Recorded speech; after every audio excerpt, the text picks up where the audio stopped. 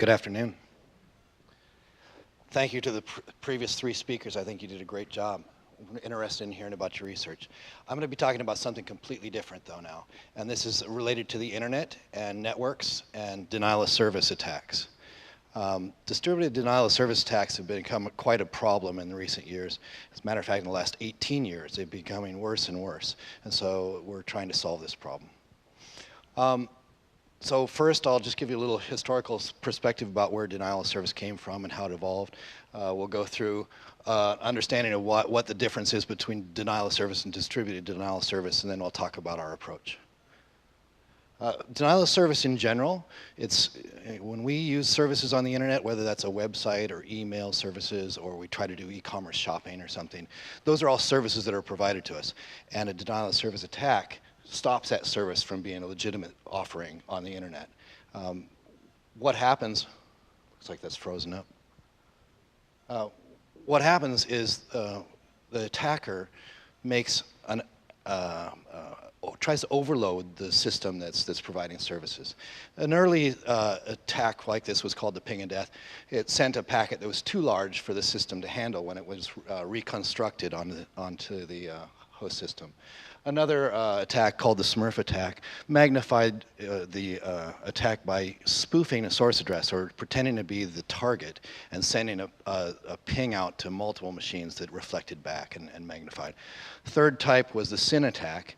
That took advantage of the TCP session and then just left it open, and it consumed resources on the server. So the SYN attack then, those were all in the early to mid 90s.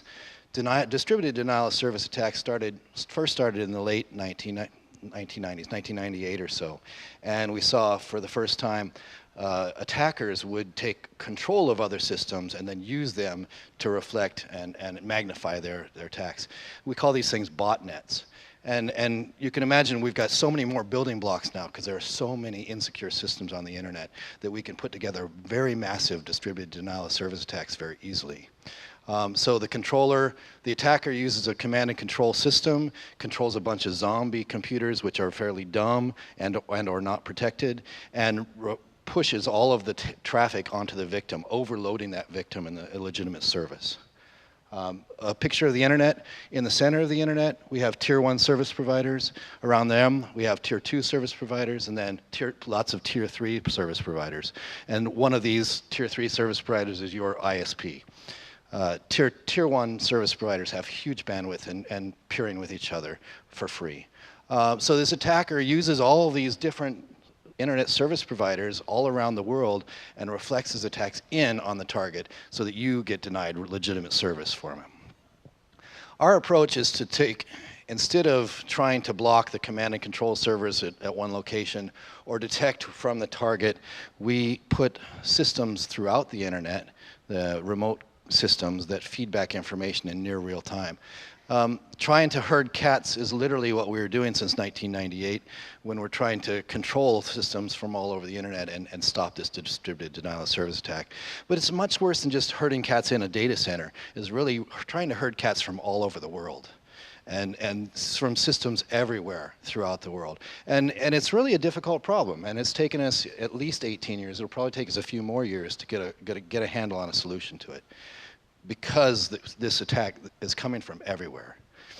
And there are so many systems out there, insecure systems. There is even tools out there to find insecure systems and take ownership of them. Shodan is just one of many tools that can be used to search out and seek these systems and take ownership. So we've seen in the last year or so huge denial of service attacks that use things like security cameras and digital video recorders in addition to insecure servers and PCs out there in order to magnify their attack.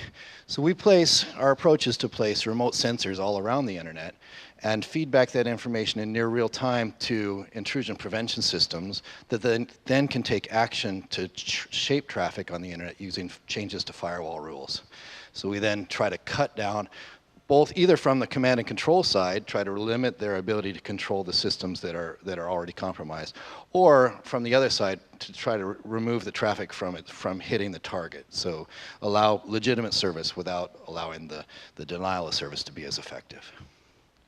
The systems can be placed instead of as many internet intrusion prevention systems are, where there's lots of traffic going by, we can place these systems in a slower segment of the internet or the network, so we just see what we want to see and we're not overloaded. The next phase is to actually put these systems onto Raspberry Pi. We had been using open source honeypots, so we'll be using Raspberry Pi, put those on the network where there are security cameras and DVRs that are being leveraged these days, and monitor that way. That's it.